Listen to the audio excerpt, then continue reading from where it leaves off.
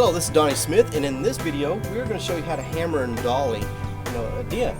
What happened with this piece of metal is this is a fender, a fender that just kind of like a side view is if we cut a strip out, and this is where the dented area is. The fender should kind of come on up like that, and this is the direct damage, the point of impact, and then we have secondary or indirect damage up in here.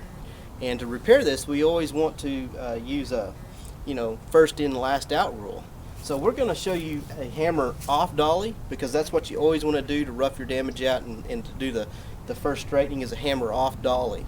And then when you get it closer to the final contour, you just got smaller ripples and minor dents.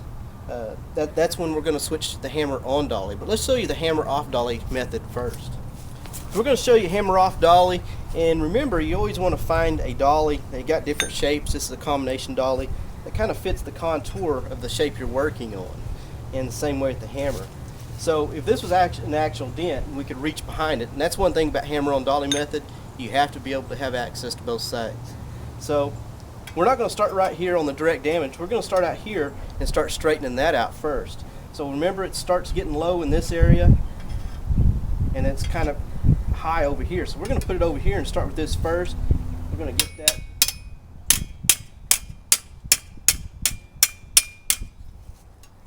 And it can't really get under here, and that's going to happen on cars a lot too. There's a lot of places you can't get to real good.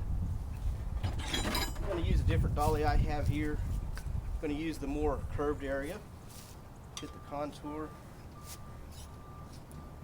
Do the same thing. I'm going to push up more towards the center. Start getting that curve going back.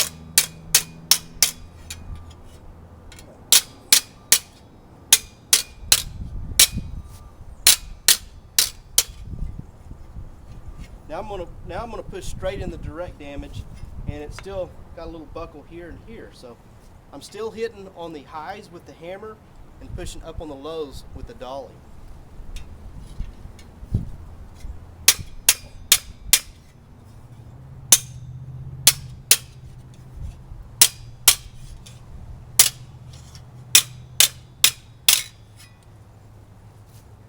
And that's getting pretty close. And just keep in mind, whenever I'm using the hammer off dolly, I'm never hitting the dolly. It's always pushing up on the lows with the dolly and tapping down on the highs.